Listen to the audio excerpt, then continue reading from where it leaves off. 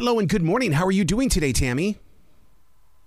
Hi, Arrow. I'm doing great, and you? Fantastic. I was with a very good friend, John Burton, who is very, very deep and activated inside the African-American culture here in Charlotte. And he stood there reading your book yesterday going, wow, oh my, oh wow, oh wow, oh wow. He can't be the only one that's saying this. Oh, I like that reaction. You have put so much love onto these pages. And one of the things that listeners need to understand is that it's not a step back into our PAST past. It's stories that have been passed forward. And you're the vehicle. Oh, wow. Thank you. I'm flattered. That's pretty much what I aim to do with this particular book. We Are Here does shine a light on history. History from the beginning of time all the way, through now and across the globe. So you hit the nail on the head. Well, one of the things that you bring up here is, we are here, but yet if you ask a lot of children and stuff like that, we say, where is your here? And most of them kind of shrug their shoulders. We need books like this because it helps them embrace that there was something before them. Yes. There were people who came before them who dared to dream and who paved the path so that they could be here. So, yeah. I love the way that you with the illustrations and stuff like that. What was the musical collaboration between the two of you? Because it looks so perfect together. So Brian Collier is hands down one of my favorite children's book artists. We actually collaborated on our first book together. It's called All Because You Matter. We Are Here is the second book in the series. Though it is considered a standalone, you could absolutely read We Are Here first without reading All Because You Matter. But they're connected. And for All Because You Matter, the boy on the cover, that's my son. Oh. So we did a photo shoot with Brian. Yeah, it was very fun. He got to miss school for the day. We went upstate New York. He loved that. And we did a photo shoot for that book. And then for We Are Here, Brian's approach was to ask me for lots of baby pictures of myself. This book is dedicated to the child that I lost a few years ago. So I think between his daughter and baby pictures of myself growing up, he kind of reimagined what our main character would look like. Book two. What's so inspiring about that is the fact that so many people face tragedy and then they shut down, they walk away, they hide. And I love the way that you are embracing it and you're building a story from it. It's almost like you are spreading brand new seeds into this open field. If I'm being honest, I feel like writing this book was healing for me. Yeah. When I did go through that, period of tragedy, as you call it, or infertility, it was a difficult time, and I didn't really deal with it. But for some reason, writing this book was healing to me because it did make me think, what would I have said to my daughter had she been here during the pandemic, seeing some of the things that my son was seeing online and on the news and sparking these questions and conversations that my son had, what would I have said to my daughter? So that's where, that kind of imaginative text, it came from all of that in my imagination, what I would have said. And this book captures everything I would have told her. Wow. I'm a daily writer, so I ask a lot of questions inside those journals and things. Did this start off? Are you a journal writer too? Because when you're asking questions like that, it's not because you're putting together a children's book. Those questions were asked before you got there. Oh, yeah. I have tons of journals, and I'm a little obsessive with mine. I don't throw mine away. Do you? No, I do not. In this very studio that I am, because I believe in the energy of writing, I have 28 years of journals inside this room. Oh, you're my kind of person then. There's energy in writing. I just wish people would understand that putting a pen to paper, there's just something very energetic and magical about it. Oh, totally. Yeah, I love writing my journals. In my journals, I buy new ones all the time. I fill them up. I write. I don't just write my own words. Sometimes I'll see something that inspires me, a poem or a snippet, and I'll put that in my journal too. I'll doodle. I'm not very good at drawing, but I try.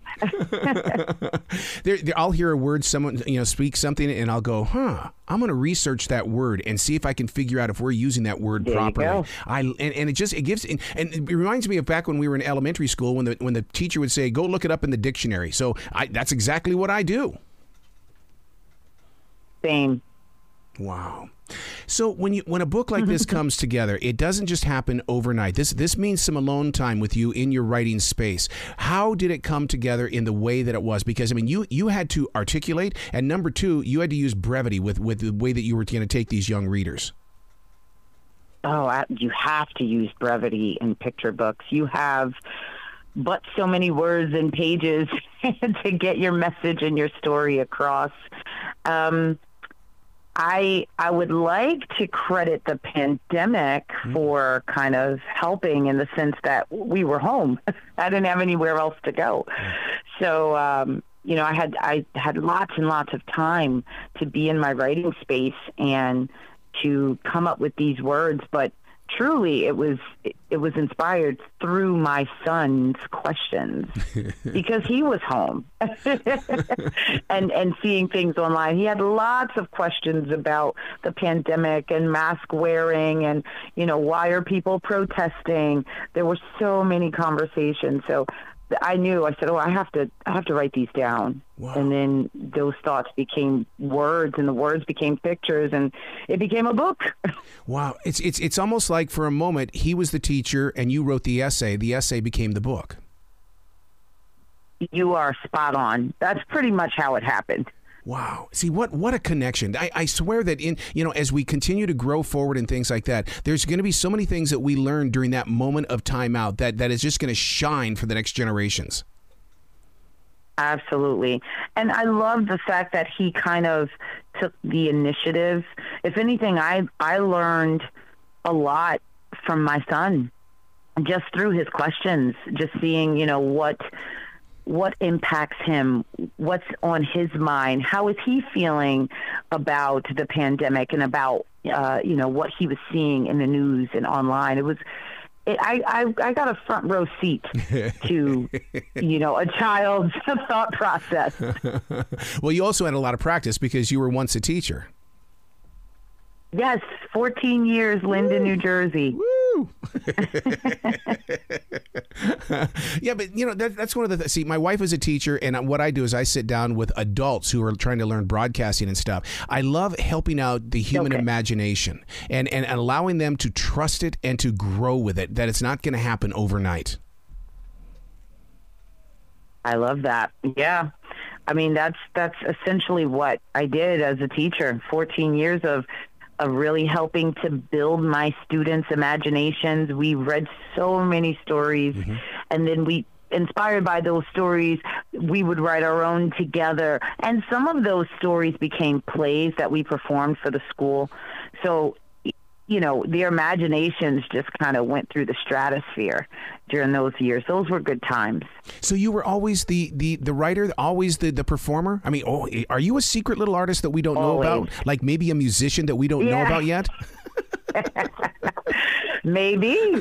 I've always loved anything creative. Yeah.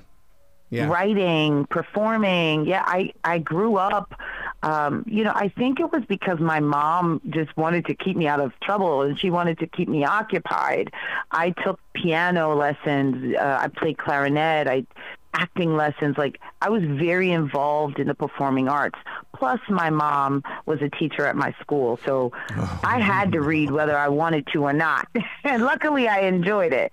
Man, my second grade teacher, Mrs. Keefe, second grade, she puts a pencil in my hand and gives me a bunch of pictures of cars, and she says, I don't want you to talk in class anymore. I want you to write. If you hear things in your head, you write about these cars. Oh, I like that. And did you do it? I did. I still have it. Nice. Oh my God, I still have my spelling books from the first grade. Oh. And, you know, I love that. That's how I knew I was going to become a writer somehow, some way, and I just wanted to save everything. Yeah, my mom saved all of my writing, and she kind of kept it in a box. Mm-hmm. And she didn't give it to me until I was an adult, probably around the time I started teaching. And that's when I opened that box, and I just could not believe what she saved. And I was so grateful for it, because that also kind of gave me, you know, that green light to, maybe I should go back to this. This was a dream that I had as a child. Let me revisit it. I've always believed that authors write to the future reader. Do you ever think about that? It's like, because you don't know what year or what even country is going to pick up this book, but through your creativity, you're reaching someone's life. Oh my goodness. What a task and responsibility, but you're right. I do try to think of future readers. I try to inspire them. I try to put something in there that will compel them to pick up the book and read it again and again, and hopefully find something new or feel something new. Yeah. I mean, as an adult, the first time that I laid my fingers on your book, I mean, it's like I felt like that child again, because it's the right size. That's exactly the size of book that I had when I was a kid. Yeah. It's nostalgic, isn't it? Yeah, yeah. And then when you open it up and you've got all those beautiful pictures that go with the storyline, and it's so simple for children as well as adults to sit there and read. Now, I'll bet you more adults are going to pick this up because they want to know the story. Yeah, I hope so. I say that this book is for everyone ages 0 to 99. Yep. I totally agree. Any age. And there's something in there.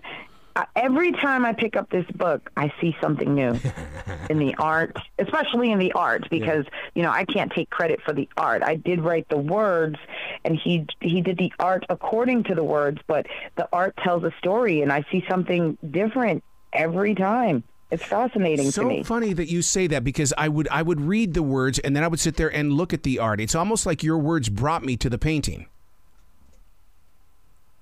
Oh, okay. Well, I'll take it. For me, because I already wrote the words, you know, I think I just go straight to the art. Wow. And just the other day, I looked at the image of the little girl blowing bubbles, which is one of my favorites. But then I noticed that inside of those bubbles, it almost looks like planets.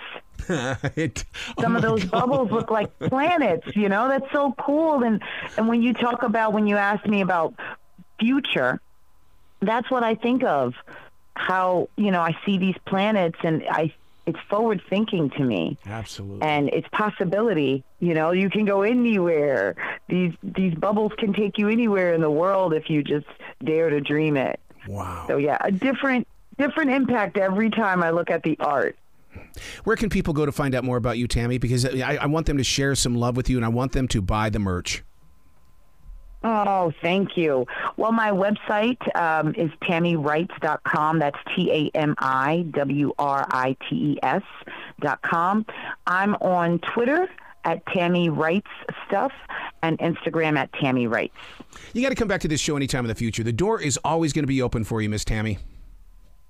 Oh, thank you. I'd be happy to. Absolutely. Be brilliant today, okay? You as well.